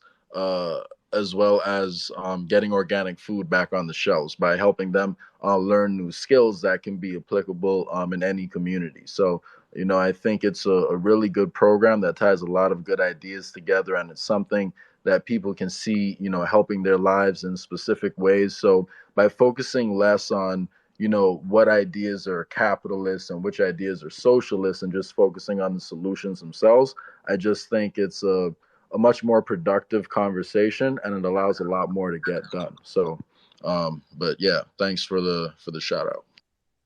Love it. And I want to bring up our next speaker. I think I pronounced the name right. Tell me if I'm wrong. Is it Johnny Moringa? Hey, Johnny. Good evening. Can you hear me? You can unmute your mic and speak now, or forever hold your peace.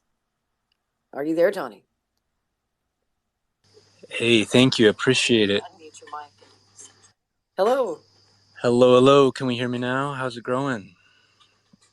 Very good. Go ahead. Do you have a question or comment? Yes. Thank you so much for holding this space. Yes, Bobby is so happy to have somebody speaking about some of the issues that are under the radar. Somebody who's against the war machine, against the censorship, the medical tyranny, and there's just so many issues to talk about. He has gotten a little bit out there. He had the Let the Farmers Speak conference recently. I love that Bobby has, he was leading the charge against Monsanto and getting the first lawsuit won concerning glyphosate in our food, which is just, wow, such a massive issue. This stuff has been Dr. Stephanie Seneff has some published research that shows that this stuff has a 99% correlation with the increased incidence of autism and, dozens of serious conditions. We're talking Alzheimer's, dementia, cancers, autoimmune diseases, obesity, on and on. And so it's just great to have somebody not in the pockets of these profiteers speaking the truth on behalf of our health and freedoms. So, yeah, and you were talking about the day of service. I'm going to be planting some yucca with some friends tomorrow, hopefully. Yucca is oh, cool. Yeah, yucca is the number one calorie source for over 1 billion people. So, it's something that's easy for people to grow organically. It doesn't need great soil, pretty drought tolerant. Yeah, I think, the more we can start to get back towards local agriculture in our communities done right, it's just so important for our wellness. I was talking about glyphosate there. There was a chart I was trying to post in the comments when you called me up. We're living 6 years less than our European counterparts as far as our lifespan, where those numbers were on par 40 years ago. And we're using 100 plus chemicals in our agricultural system that they've banned. And it's just so important. I mean, it's just what's more important than the health of us and our loved ones. And so I just really appreciate Bobby getting the word out about all these issues that are so important. We're just letting these profiteers run roughshod over our health and freedoms. We've legalized bribery in the form of so-called lobbying. And whether That's it's right. Libertarian or Republican or the Green Party or the People's Party, to see somebody in there who's really a public servant. These people are supposed to be public servants. And we lose that. I just like the idea of instead of anyone just calling anybody government anymore, they're all about changing the way we frame everything with the language. It's you guys are public servants. Let's get back to that. And They work for us. yes, They work for exactly. us. And even these And Vanguard they're and State supposed Street to. and these guys who are just such, with the top-down totalitarian control they want to bring, these guys are managing our money. It's like, what is going on, you guys? So, yeah, getting back to just That's what's right. natural, what's in our blood. We can, across cultures, across thousands of years, we've been producing everything we need locally. And we've lost that resilience. So we saw during COVID that there were supply chain disruptions that really affected, it gave us food shortages in the States. And, we have way bigger challenges than COVID that could be coming down the pike. So, yeah, just to get back to that community autonomy. And this is really independence from this consumerism and these profiteers. This is real freedom.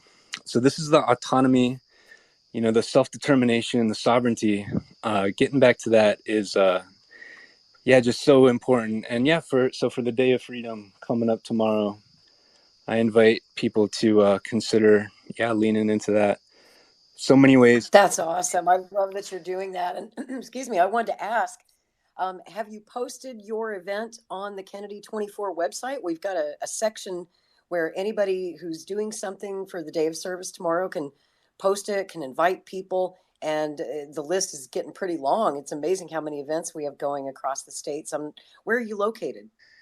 I'm usually in Florida, but right now I'm visiting some friends in Costa Rica. So, we're going to be doing. Oh, so you're doing this event in Costa Rica? Yes. Wow, that's pretty cool too. Yeah, we're in the middle of rain season, so we got enough time to get some more stuff in the ground. Especially, the yucca is a good hardy one. So, and the one other thing I wanted to add is just you were mentioning about how Bobby would be as a good fit for a libertarian party. And of course it wouldn't be perfect in every aspect, but I've thought before, you go back to like, what is government about? It's about, protecting our life and liberty. And I love that the libertarian, principles are just like, hey, government needs to be just big enough to protect, him from her and her from him. And, it's the opposite of that, right? They're really like, government is helping the profiteers, really like, like we said, impair our health and freedoms. And, I love when Bobby talks about getting in there and really being able to clean up the swamp. And, because of what he's been doing in his career, going after these big guys, that he knows the players, he knows the actors, he knows how to clean it up, he knows who to put in charge. So, I loved Ron Paul, and you talk about, somebody like him, shutting down, all the different sectors of government. I don't know how practical that really is, but, somebody like Bobby getting in there and really kind of knowing the way a lot of these things work and being able to really clean up the swamp, so to speak. I think, he could really, kind of accomplish a lot of the goals of a lot of libertarians. So thanks. It's interesting. Of course, I'm a longtime libertarian myself, been voting libertarian for 27 years. And I'd be thrilled if he ran with our party. But, the more the space goes on, the more I talk to people and listen to people. And I look at the poll that I'm running. And I hope everyone will take a moment to vote. That poll is posted here at the top of the space, asking which party you think Bobby Kennedy should run with. And I'd love to hear from everyone. But it's interesting, the more I talk to people and Kennedy's supporters, they support him because of what he is pledging to do. They support him because of what he's saying. They really don't seem to care all that much what party he runs with. Most people obviously agree by the looks of that poll. 63% say he should run as an independent with no party affiliation at all. And wow, that's really exciting. So, on the subject of independence, like I said earlier in this space, I think that Bobby could do better than any independent candidate in American history. The last time an American independent did really well was 1992, when Ross Perot took, I think, 21% of the vote in the general election, and that was astonishing. And ever since, he's the reason why independent candidates now can't get on a debate stage. I call it the Perot effect. And the movement that we see today in the Kennedy campaign, this healing the divide, this agreeing across ideological lines on bigger issues. So much of this populist movement today really started with Ross Perot, if you think about it. If you're old enough to remember 1992 and that race, Ross Perot truly was a pioneer. He was one of those pioneers, just like Ron Paul, who, lit the flame that is now turned into a raging bonfire. So I wanted to bring in the Perot independents who asked to speak. And, I miss Ross Perot. I thought he was a very positive, energizing force in our political landscape and really deserves so much of the credit for the, planting the seeds, if you will, of the populist movement today. So hello, Perot independents. Introduce yourself and tell us what's on your mind tonight. Lori, thank you so much for having this space. And I just wanted to throw in 1992, Ross Perot won 18.9% of the vote. He won 19.8 million votes, the most of any modern third-party candidate, and the most since. And I think that's exactly why Kennedy should run as an independent. People loved Perot, and he is, I think, the founding father of the modern-day populist movement. And if I had to say who best represents Perot, I thought Trump was going to be that person. I don't think so anymore. I think that the person best to pick up the Perot mantle is RFK. RFK is not going to be bought by anybody. RFK is not going to allow any special interest group to tell him what to do, much like Ross Perot did in 1992. So I think if we learn the lesson of political third parties, Ross Perot ran as an independent in 1992 and won 18.9% of the popular vote. He then created a political party known as the Reform Party and won 8.4% of the popular vote. Still getting that Reform Party FEC funding. But that was the power of Perot, right? And so I think if you allow Kennedy to run as an independent, bought by no man, taken by no party, and let's be real, if the libertarians could have done it, they would have done it already. They had their chance in 2016, and they dropped the ball hard. So I don't think a libertarian candidate's going to be able to do it, and I don't think the party's going to be able to do it.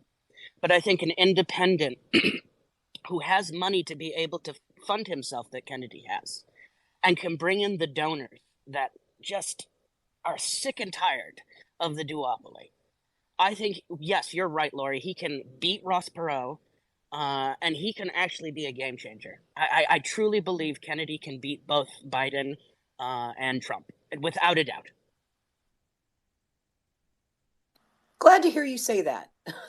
I'm glad to know somebody out there agrees with me. I truly believe that he can. I think that, Trump had his time. Trump started a movement. And he gave the populist movement that guys like Ross Perot, Pat Buchanan, Ron Paul, Dennis Kucinich, Ralph Nader, in their own way, all of them were contributors to what we have now. But Trump actually did make it to the White House. He had 4 years in office to show us if he could drain the swamp, to show us what he was made of, to show us if he was a man of his word, if he was going to keep his promise that he made to the American people. And unfortunately, he let us down on a lot of those promises. A lot of us here are probably former Trump voters. Some of us voted for Trump once. Some of us may have voted for him twice. Once was enough for me. Fool me once, as they say. I wasn't going to let him fool me twice. His first term showed me what he was all about, showed me that he didn't drain the swamp. He hired the swamp. When you looked at his cabinet, you saw nothing but swamp rats and swamp creatures. And to me, that points to judgment. I think that President Trump lacks the judgment, just as he, fumbled the ball during COVID, and he took the wrong advice from the wrong people, and he locked us down.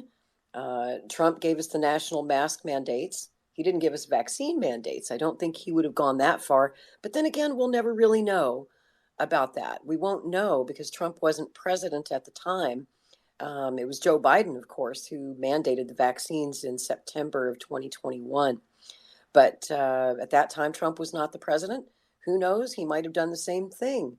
Trump was certainly captive to his friends in Big Pharma, as we all know. And that's the reason why Robert Kennedy was not selected ultimately to head that Vaccine Safety Commission for Donald Trump in 2017, because instead, Dr. Fauci had his say and Pfizer had their say. Big Pharma weighed in and said, oh, no, you're not bringing Robert Kennedy into this administration. So I feel like the voters have, they've had their chance to evaluate Trump. He had 4 years to prove himself as president, and he showed you who he was. So, Mike, did you We have some also thoughts got, on that? if I could say, Lori, we also got the lockdowns and Operation Warp Speed and the Yeah. CARES Act. All of that was Trump. Mhm. I mean, Trump signed it. So I mean, between all of that, it's just catastrophic what it did to people in this country.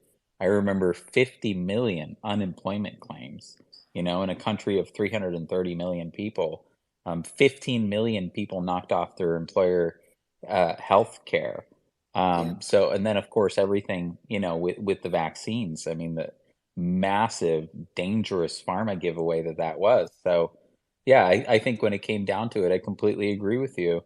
Is that Trump, unfortunately, he did not drain the swamp. He sided with the swamp. He got there and he made peace with the swamp. He took the easy way out. And he participated in the continuing of the arming of Ukraine, That's right. as president. So, I Because they mean, demanded it. I mean, they literally right. threatened him with impeachment. They impeached him for it.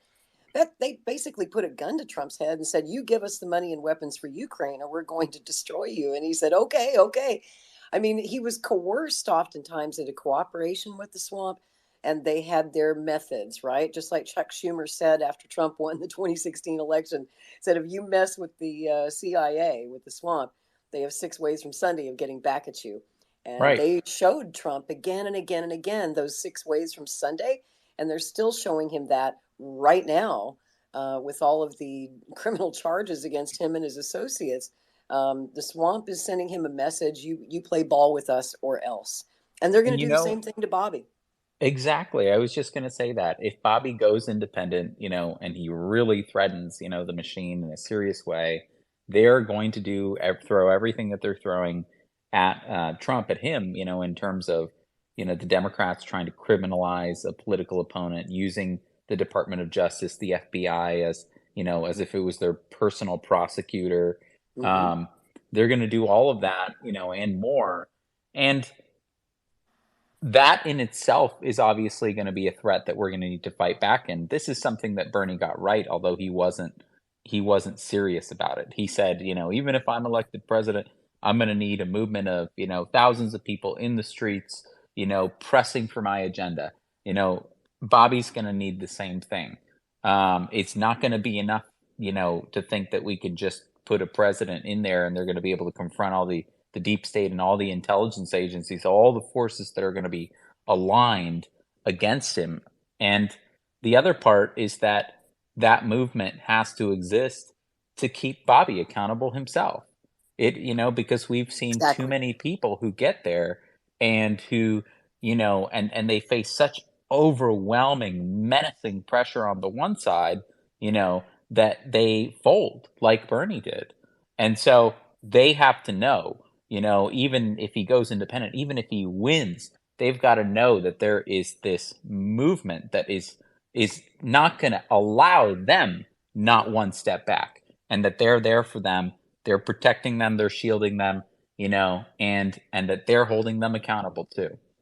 Damn right. And I've said many times to Bobby since 2007, when I first started trying to convince him to run, we had a Draft Kennedy campaign of like-minded people who were literally willing to put our physical bodies on the line to take a bullet for this guy if they're going to try and shoot him.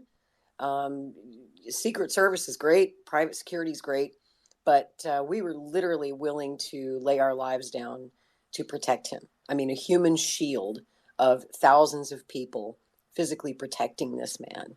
And we're spiritually protecting him in our prayers. We're physically protecting him as best we can.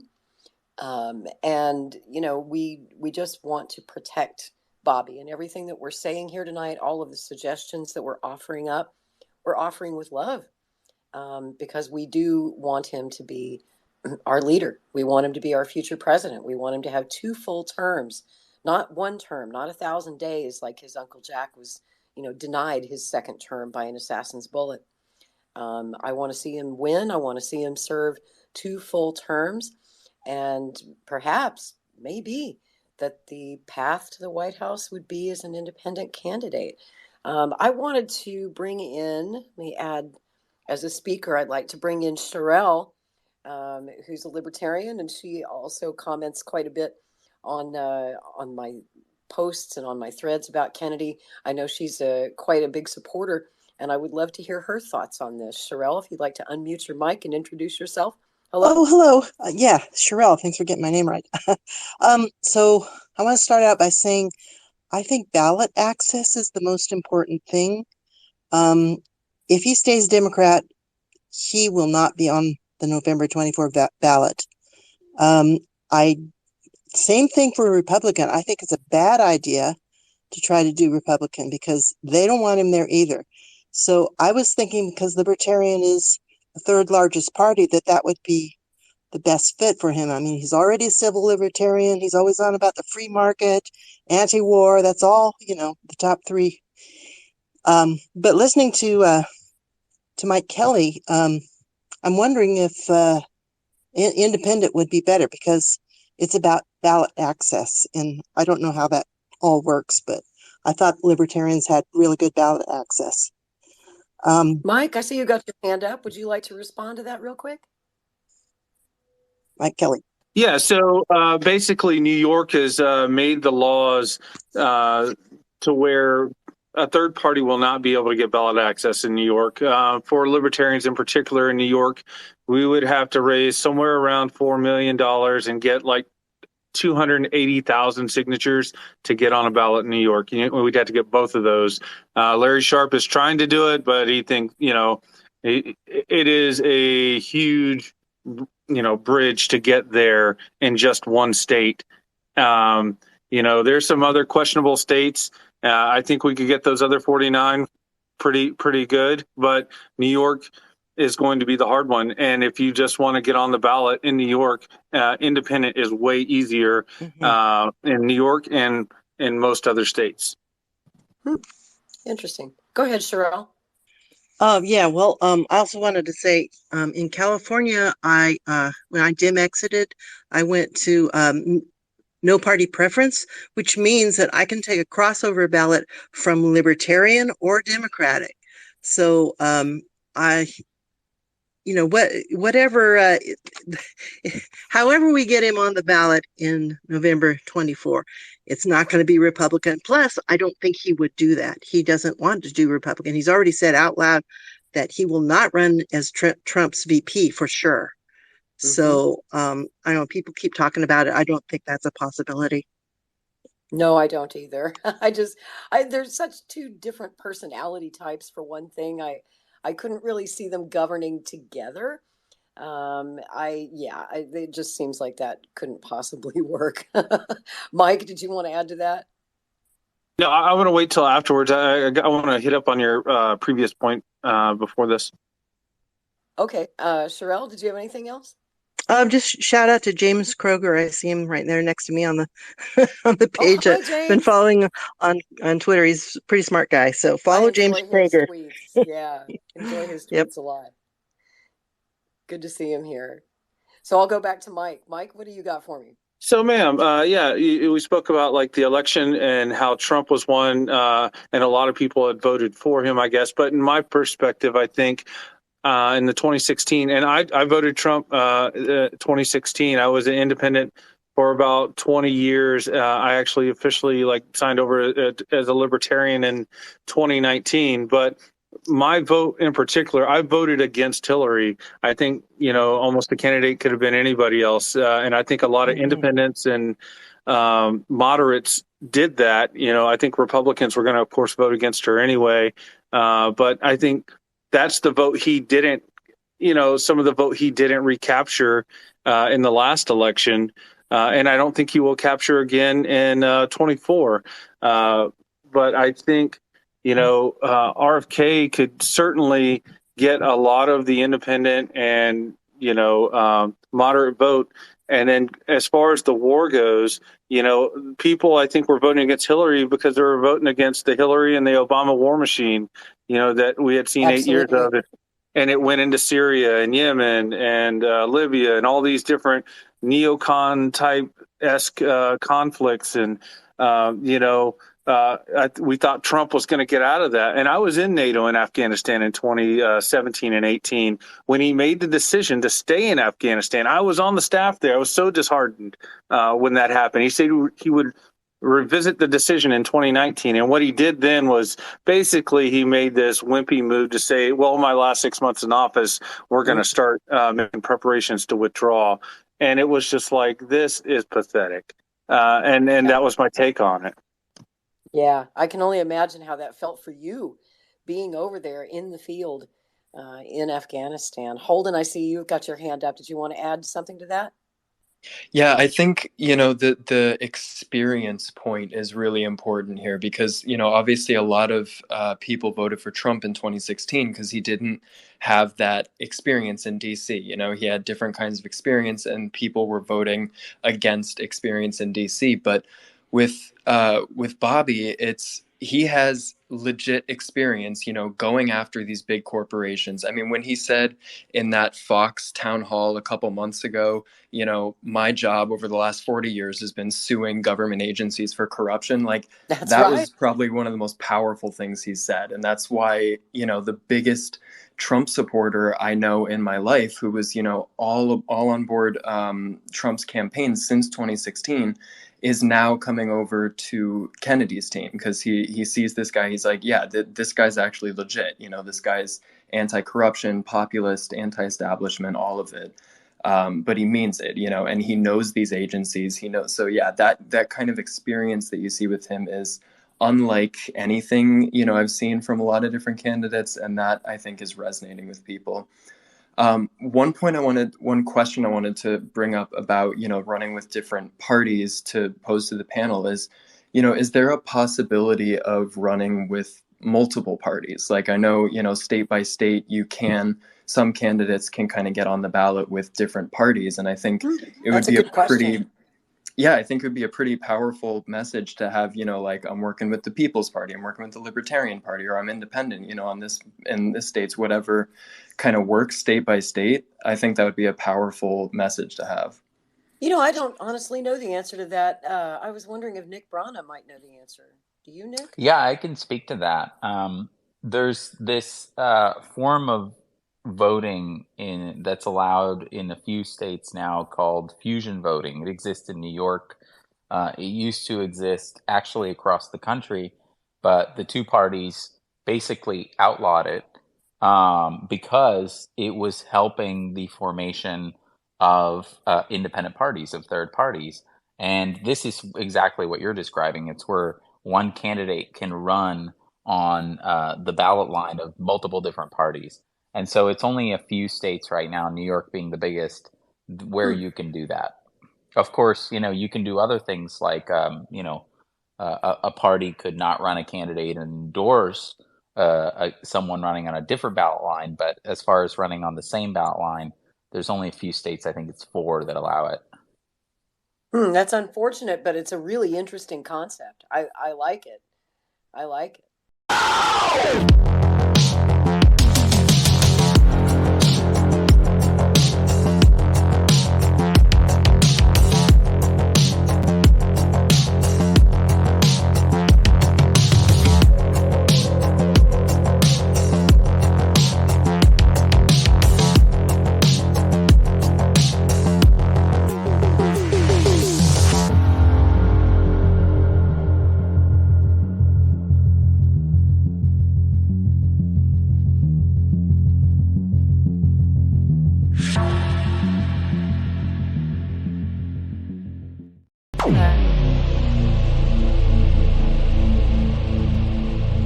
This has been a Maverick Multimedia production.